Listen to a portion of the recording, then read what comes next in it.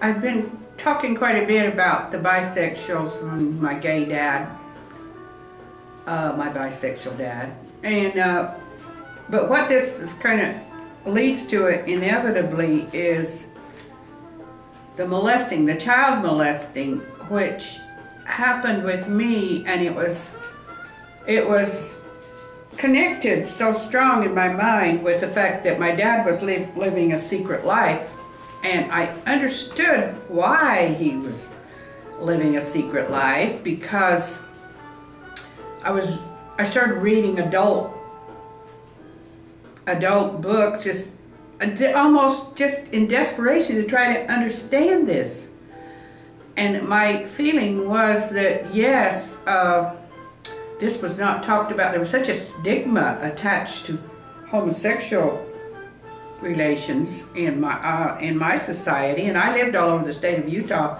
Never saw it, but what it wasn't a big stigma attached to it.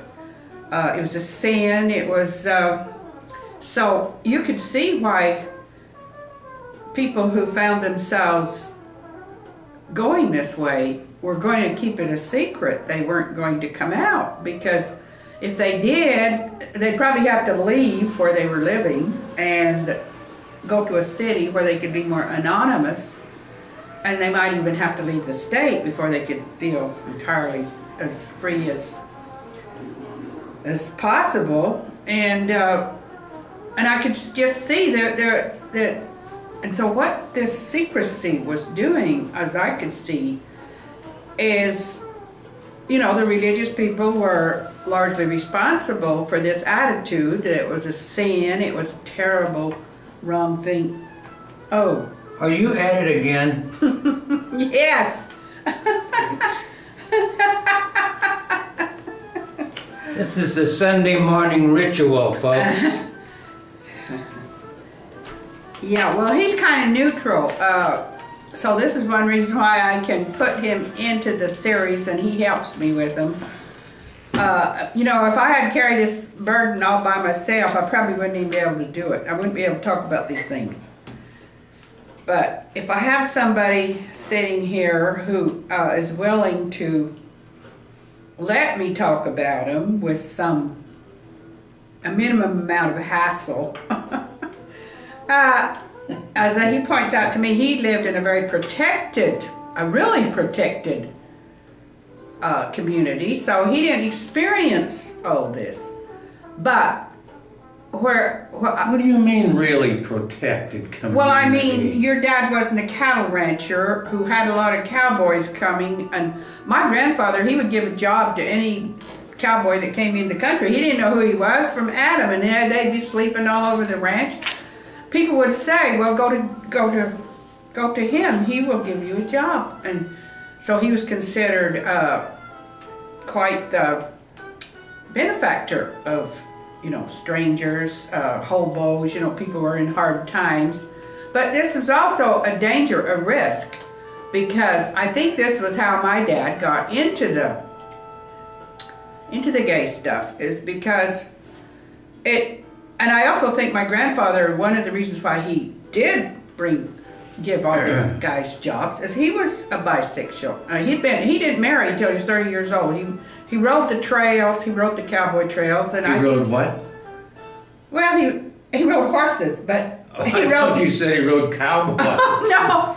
Oh, please. And so I try not to listen as much as possible. You don't. Yeah, I know. I lived a very sheltered life, you know. I had one mother and one father, and that's it, you know. My aunt, homemade aunt, that was it, you know. But we did sleep in the same bed when I was young. Who did? Your mother and dad, or you? Well, they did. They slept in the same bed, slept in the same bed. And my aunt, when she'd come over and babysit, we only had one big bed, you know, so she'd sleep in that, you know. With you? With me, yes. Yes, and you didn't notice her molesting you at all? No, but I sure hoped there for something was going to happen. Oh, yeah, sure.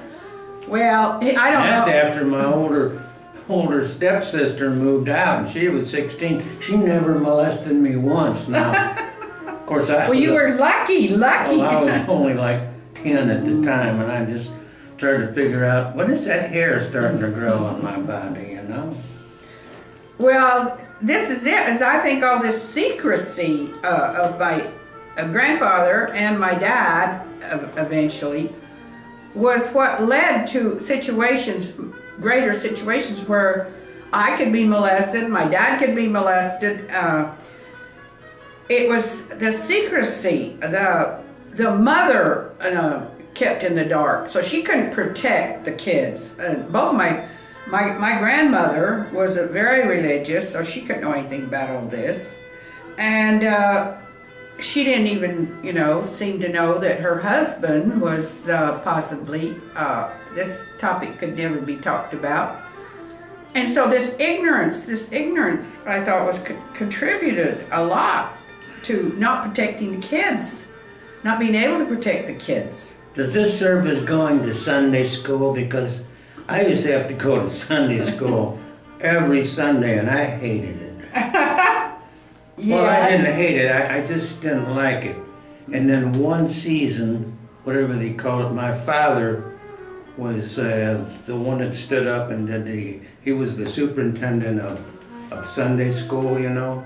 Your dad was? Yeah, that was for one season, and well, he's also an elder in the church, but he used to point me out, you know, and there's my son over there, and so I try not to behave like him or something, you know, really, really funny stuff, you know. Is he really? Geez. Well, see, he's Put a little humor contrary. in there, right? No. Well, I think I asked him at the end of that year or whatever. I said, "You're not going to do that again, are you?" And I go, "No, I don't have time for that." You know. So I said, oh, you didn't want him being in that position, huh? no, I didn't want me to be in that position. What are you talking about? I see what you mean. You didn't want attention called to you. I didn't want my church. Nobody else. Nobody else wanted to be there anyway either. You know. So there we are. Well, your dad is superintendent of Sunday.